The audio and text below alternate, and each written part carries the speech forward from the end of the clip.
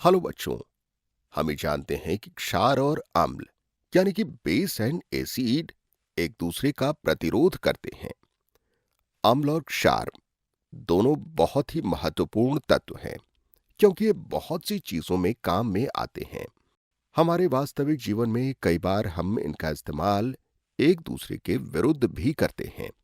चलिए हम इन उदाहरणों के बारे में जानते हैं। फैक्ट्रीज के द्वारा बहुत सा अम्लीय रासायनिक पदार्थ जल स्रोत जैसे नदी, तालाबों में छोड़ा जाता है। लोग भी बहुत सारा कचरा जैसे कि सब्जी का छिलका, पत्तियां आदि नदी तालाबों में डाल देते हैं। ये सारे जैवीय पदार्थ सड़ते हैं और अम्ल बनाते हैं। इस तरह से बने अम्ल जल को प्रदूषित करते हैं और जलीय जीवों जैसे मछलियों आदि को नुकसान पहुंचाते हैं। जल की अम्लता को कैसे कम किया जा सकता है? जल की अम्लता कम करने के लिए हम इसमें क्षार मिला देंगे।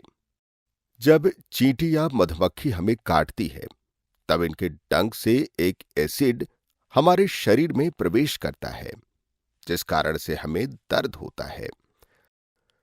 अम्लीय असर को दूर करने के लिए हम त्वचा पर जहां पर चींटी या मधुमक्खी ने काटा था, वहां पर बेकिंग सोडा लगाएंगे, जो कि क्षारीय प्रवृत्ति का होता है।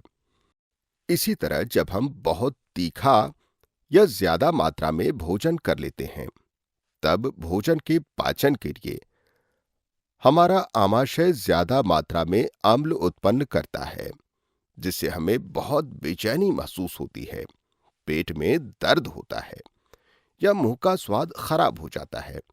ये परेशानी एसिडिटी कहलाती है। एंटासिड या कोई अन्य कम क्षारीय पदार्थ जैसे कि बेकिंग सोडा इस एसिडिटी को कम करने में सहायक होता है। लेकिन अम्ल और क्षार एक दूसरे को कैसे रोकते हैं? जब ये मिलते हैं तब क्या होता है? हम्म बहुत ही रोचक प्रश्न है। अम्ल और क्षार एक दूसरे के बहुत बड़े दुश्मन हैं, तो ये एक दूसरे के गुणों को नष्ट कर देते हैं।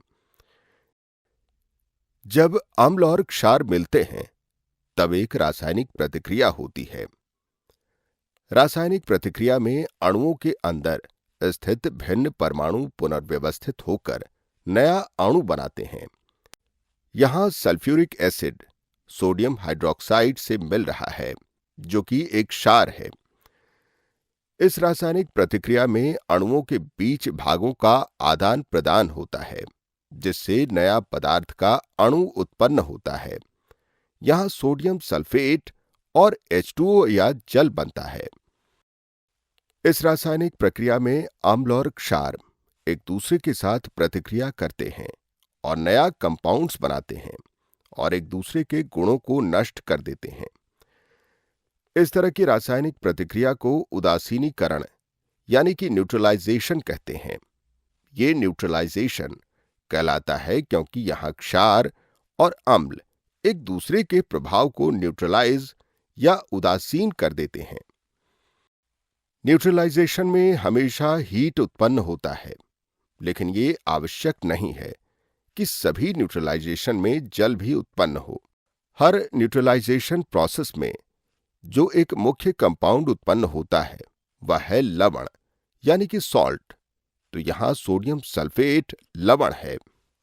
आप सोच रहे होंगे कि क्या ये वही लवण है जो हम अपने रोजमर्रा के खाने में डालते हैं?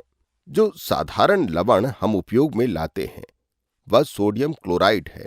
सोडियम क्लोराइड लवण है, इसलिए हम कह सकते हैं कि हम इसे किसी न्यूट्रलाइजेशन प्रक्रिया के माध्यम से उत्पन्न कर सकते हैं।